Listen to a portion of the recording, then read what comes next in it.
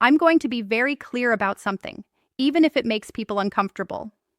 When a man looks at a woman, his perception does not start with morality or polite discourse. It starts with the body, and yes, that includes her chest. Not because of perversion, not because of immaturity, but because the male brain is biologically wired to react to very specific signals.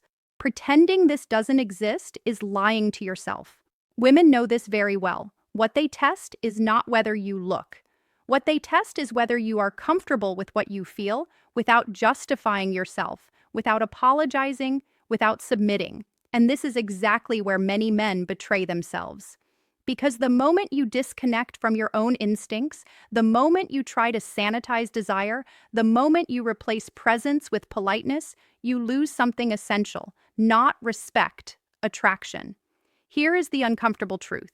Most men try to make women desire them through logic, effort, music, and total availability. And that is precisely why it fails.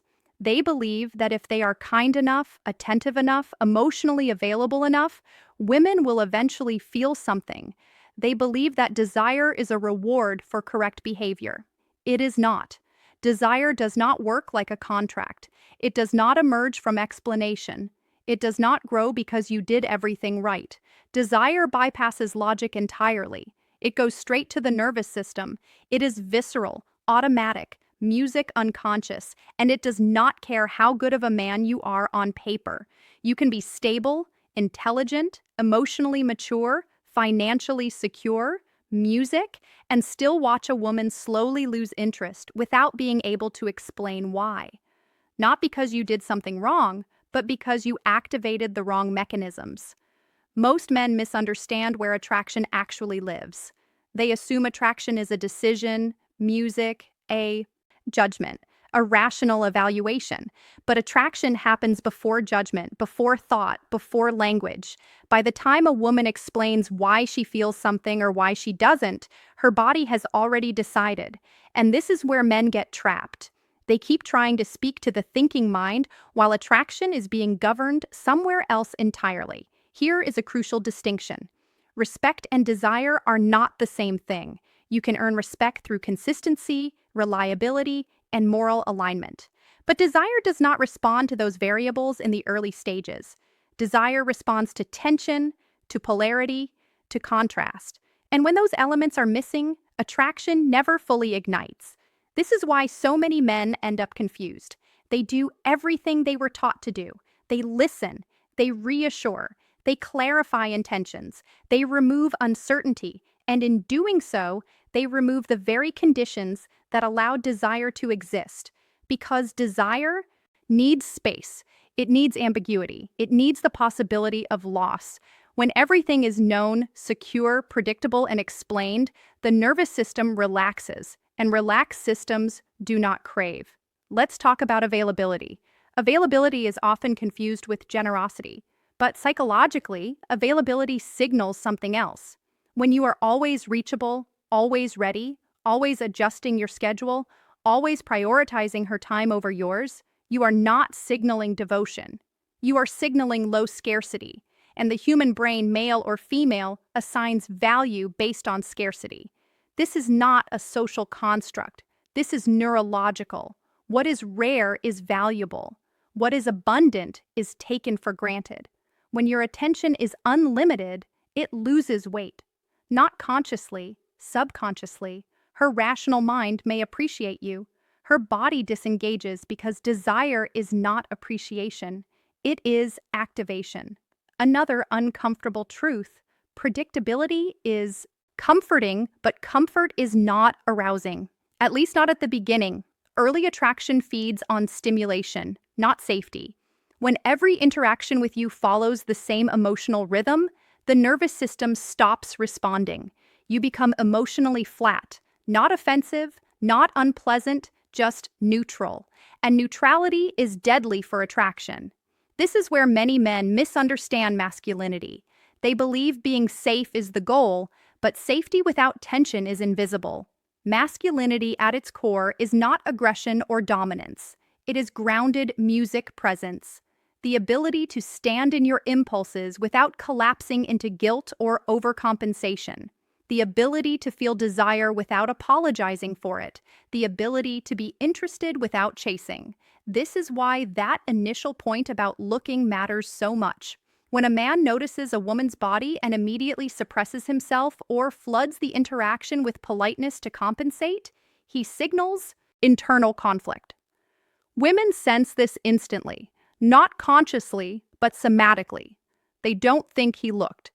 They feel he is not at ease with himself, and lack of self-ease is deeply unattractive. Let's move deeper.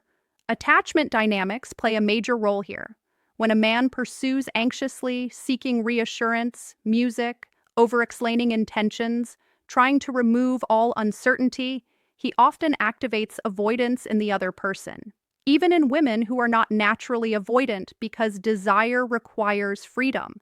It requires the ability to move towards something, not be crowded by it. When there is no space, desire suffocates. This is also why neediness is so destructive. Neediness is not about wanting connection. It is about requiring validation. And the moment a woman feels that her presence is necessary for your emotional stability, something shuts down. Not because she is cruel, but because biologically need signals weakness. A man who needs to be chosen cannot be desired. Desire flows towards strength, not dependence. Music. Another mechanism most men underestimate is social validation. Music. Women are highly sensitive to how a man is positioned socially, not status in the financial sense, but perceived desirability. A man who is wanted, who is engaged in life, who has social gravity, who is comfortable among others, is filtered as higher value automatically. This process is unconscious. It is not jealousy. It is neurological efficiency. If others validate him, he likely has qualities worth noticing. Now contrast this with the man who isolates himself emotionally around one woman who slowly withdraws from his life. His routines, his interests, his world shrinks, and her attraction shrinks with it. Because desire does not grow in small containers. It needs expansion. The solution is not manipulation music, it is alignment.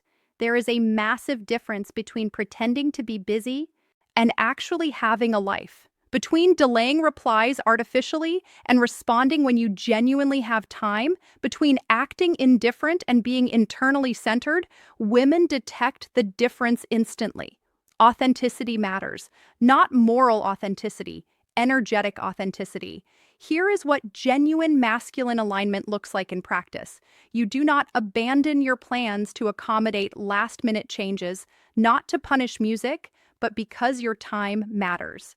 You do not overwork because your attention is not surplus. You express interest clearly, music without begging. I'd like to see you again, not tell me when you're free. I'll adjust. You are comfortable with pauses. Silence does not threaten you. You lead interactions rather than interviewing. You can tease lightly without fear. You can disagree without tension. Sometimes you end conversations first, not as a tactic, but because you have somewhere to go. Each of these behaviors communicates the same thing. This man is self-contained, and self-containment is magnetic. Now, let's dismantle one last illusion. Many men believe that if they just explain themselves better, attraction will appear. But attraction does not need explanation. It needs embodiment. You cannot talk your way into desire. You can only position yourself in a way that allows it to emerge. Let's summarize this clearly. Desire is not negotiated. It is triggered. It does not respond to moral effort. It responds to psychological signals, scarcity, contrast, presence, self-possession, social gravity. None of this requires manipulation. It requires honesty with yourself first. If you suppress your instincts, you leak insecurity. If you chase validation, you signal need. If you abandon your life for approval, attraction dies. The paradox is simple. The more complete your life is, the less you need desire. And the less you need it, the more likely it appears. If this resonated with you, reflect on it. Not emotionally, strategically. Where have you over-explained? Where have you over-invested? Where have you replaced presence with politeness? That's where the shift begins, and that shift has nothing to do with women.